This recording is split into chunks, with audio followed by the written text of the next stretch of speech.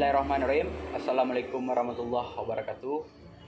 Semoga kita dalam keadaan sehat walafiat dan selalu diberikan rahmat kesehatan oleh Allah Subhanahu wa taala. Amin ya rabbal alamin. Baiklah pemirsa sekalian, ada beberapa pertanyaan yang muncul ya, baik di komentar YouTube atau via email saya. Pertanyaannya seperti ini: apa kiat-kiat sukses kita kuliah di perguruan tinggi? Ya, ini yang bertanya ini anak-anak yang mau ikut SNPTN pada tahun 2020 kayaknya. Ya. Jadi kiat-kiat kuliah, gimana kita bisa sukses kuliah di perguruan tinggi? Berdasarkan pengalaman, saya kuliah S1 itu 5 tahun ya nggak ideal. Terus kuliah S2 saya 2,5 tahun, jadi kurang lebih saya kuliah itu 8 tahun. 8 tahun kuliah, mungkin saya bisa memberikan tips supaya gimana kiat sukses kuliah, tidak mendapatkan nilai C dan ilmunya itu berkah. Dan saya mengajar sudah kira-kira 5 tahun ya, ajar di perguruan tinggi. Jadi sepanjang pengalaman saya, ya ini kan hanya sebatas pengalaman saya referensinya, ya, bukan batas secara ilmiah. Ya, mungkin nanti ada yang meneliti gimana kiat-kiat sukses, apa indikator interaksinya supaya nilai kita bagus. Moga-moga aja lah. Ya, jadi ini cuma sebatas pemahaman dan pengalaman saya. Saya akan menjawab. Gini ya, saudara-saudari harus paham dulu, terutama anak-anak SLTA atau SMA ya, sekolah anak-anak menengah atas, anak SMA atau MAN, SMK yang mau kuliah di perguruan tinggi itu harus paham dulu. Saudara harus tahu bedanya proses pendidikan dan proses evaluasi di SLTA dan perguruan tinggi. Kalau di SLTA itu saudara dimanjakan oleh guru. Dimanjakan maksudnya, misalnya si A nakal, misalnya dia nakal dalam belajar, sering terlambat ya. Jadi nanti pas akhir semester ternyata ada rapat majelis guru. Rapatnya apa? Rapatnya ini si A harus tinggal kelas. Alasannya apa? Alasannya mungkin karena kenakalan atau karena tidak mampunya menguasai materi pembelajaran dan lain sebagainya. Jadi umpamanya seluruh guru itu sepakat untuk mentinggal kelaskan si A, baik itu guru bahasa Indonesia, guru matematik, guru PPKN, guru IPA dan lain sebagainya. Jadi si A tinggal kelas. Misal pada waktu itu angkat tangan guru pendidikan agamanya. Kata guru PAI-nya apa? Si A ini memang kurang pandai matematik, bahasa Indonesia, ini itu dan lain sebagainya. Tapi kata guru PAI itu, saya yang menjamin si A ini naik dari kelas 2 ke kelas 3. Karena saya adalah wali kelasnya dan saya juga guru agama, yang saya nilai dari si A adalah akhlakul karimahnya. Jadi apa? Walaupun seluruh guru, ada beberapa guru 3 atau 4 yang pengen mentinggal kelaskan si A di kelas 2, gara-gara satu guru yang menyamin bisa mengusahakan si A naik ke kelas 3, si A akhirnya naik kelas. Itu dulu. Kalau di perguruan tinggi itu nggak ada lagi ya. Gimana caranya di perguruan tinggi? Di perguruan tinggi itu saudara tidak berhadapan dengan guru lagi. Saudara berhadapan dengan dosennya. dosen itu kompleks itu. Kompleks cara berpikirnya, kompleks tipenya, dan lain sebagainya. Kalau saudara bermasalah dengan seorang dosen di perguruan tinggi, baik orang tua saudara adalah rektor atau wakil dekan, itu rektor nggak bisa intervensi dosen lain untuk mengeluarkan nilai saudara. Kenapa demikian? Karena dosen di perguruan tinggi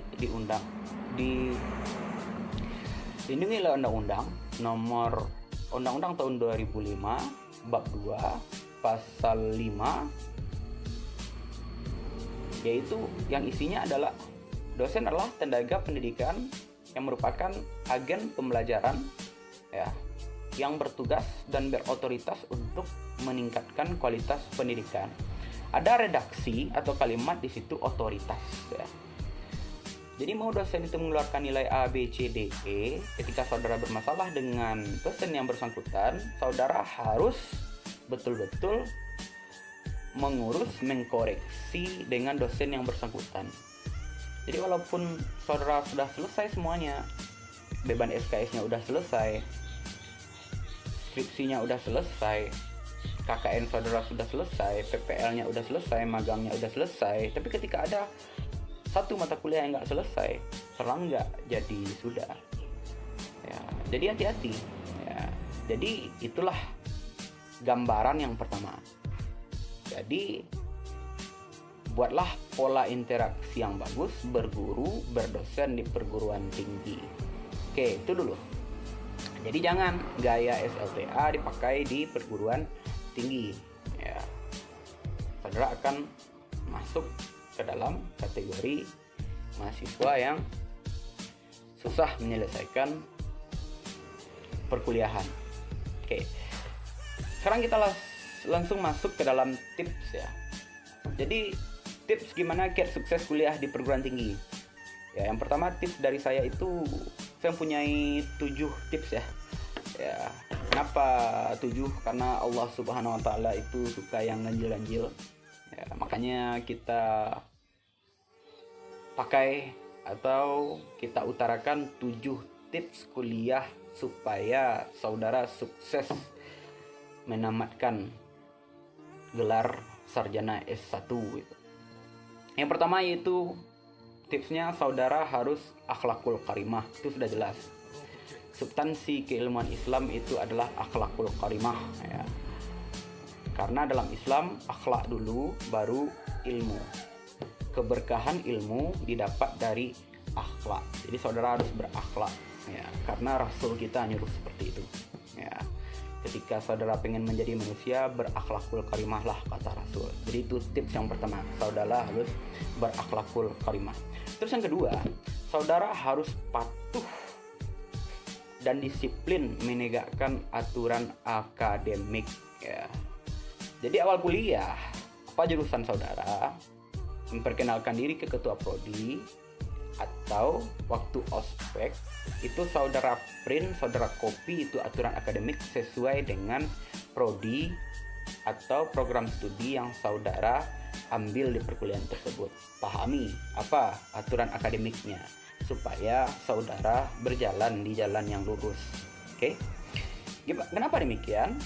Karena kalau tidak disesuaikan dengan prodi, saudara nanti salah kaprah. Maksud hati tidak ada masalah, ternyata saudara dapat masalah. Contohnya, saudara kuliah di jurusan pendidikan. Kalau di jurusan pendidikan, itu saudara akan dikader menjadi seorang guru. Jadi tampilan guru itu harus saudara tampakkan dalam interaksi perkuliahan. Ya, tampilan pergi ke kampus, style saudara itu memang harus style guru. Gimana style guru? Saya rasa kita tahu ya, rambutnya tidak berdiri misalnya ya, atau tidak mempunyai gelang tangan ya, dan lain sebagainya ya. Jadi itu gimana penampilan guru itu yang harus saudara tampilkan untuk pergi ke kampus. Oke, itu yang kedua ya, pelajari aturan akademik, laksanakan dan patuhi. Oke. Yang ketiga, kenali karakter dosen dengan baik ya. ini penting ini. Kenali karakter dosen, setiap dosen. Jadi pertanyaan, bagaimana caranya kami mencari data atau mengenali dosen tersebut? Padahal kami kan anak baru. Caranya yang pertama, dekati senior. Tanya senior, ini dosen ini tipikal beliau seperti apa, pantangannya seperti apa, dan maunya seperti apa. Ya, jadi dosen itu banyak cirinya ya, dan banyak sekali macamnya. Ya, jadi ada dosen ini yang sangat benci sekali melihat mahasiswa itu terlambat ya. Kan melanggar disiplin. Ada dosen ini yang sangat benci melihat mahasiswa itu yang tidak mau diatur dalam diskusi. Ya. Ada dosen ini yang tidak suka humor atau bertele-tele di dalam lokal. Ya, jadi pelajari dosennya, sesuaikan tingkah laku saudara dengan karakter dosen tersebut. Ya. Jadi itu yang ketiga. Yang keempat, kalau saudara kena marah oleh dosen, itu saudara diam aja. Ya, diam aja. Ya. Berapapun marahnya dosen, itu adalah untuk kebaikan saudara. Ingat, hukum psikologi, kalau menghadapi orang marah, itu keluarkanlah dulu unek-unek di dalam dadanya itu. Ya, keluarkan semuanya, keluar. Setelah semuanya keluar, itu baru saudara tanggapi dengan bijak. Jika saudara punya tanggapan yang wah, bukan tanggapan yang bertele-tele. Jadi itu, jangan sesekali memotong pembicaraan. Dosennya mau marah, gurunya mau marah, langsung dikeluarkan alasan. Walaupun alasan saudara itu betul, niscaya saudara akan mendapat perlakuan yang melanggar disiplin. Ya, jadi itu. Oke. Yang kelima, kalau saudara diamanahkan menjadi koordinator mahasiswa atau kosma atau ketua kelas, terimalah amanah itu dengan baik. Kenapa? Biasanya dosen mempertimbangkan ngasih nilai C kepada kosma. Ini biasanya ini, tapi nggak selalu. Ya. Sudut pandangnya, ketika saudara jadi kosma itu membuka peluang saudara membuka interaksi dengan banyak dosen. Ya. Jadi ketika saudara sudah berinteraksi dengan dosen, emosionalnya terbentuk, dosen tahu siapa saudara, minimal saudara tahu bagaimana ini tipe seorang dosen yang ada di hadapan saudara. Oke, jadi itu tips yang kelima. Tips yang keenam, siapa saja guru atau dosen yang berdiri di depan kelas, ya, itu tanamkan dalam hati saudara, itu adalah guru saya, dan guru saya itu harus saya hormati, dan guru itu harus saya junjung tinggi keilmuannya. Gunanya untuk apa? Untuk keberkahan ilmu. Kalau dalam Islam, ilmu itu orientasinya berkah ya. Ketika saudara mendapatkan nilai C dalam sebuah perkuliahan, itu saudara terima ikhlas, ya.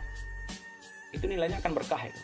Saudara dengan nilai C itu saudara akan diangkat menjadi PNS atau bahkan menjadi presiden. Wallahu alam. Intinya saudara belajar harus ikhlas. Ya, itu yang keenam. Yang ketujuh, jangan pernah tanamkan kebencian kepada guru. Nah, ini fatal sekali ini. Siapapun guru yang duduk di depan kelas itu saudara harus hormati, harus saudara muliakan. Kenapa? Ketika saudara menanamkan kebencian kepada guru, misalnya saudara kena hardik, kena marah, saudara tanamkan dalam hati benci, itu sudah kacau itu proses transformasi ilmunya. Jangankan saudara mau belajar dengan beliau atau dengan guru atau dengan dosen tersebut, itu melihat gurunya aja saudara sudah malas, ya. Jadi nggak ada motivasi belajar lagi, ya. Jadi itu ya 7 tips kuliah di perguruan tinggi sehingga tipsnya bermanfaat, ya. Saya tutup dengan bacakan Alhamdulillahirabbil alamin. Assalamualaikum warahmatullahi wabarakatuh.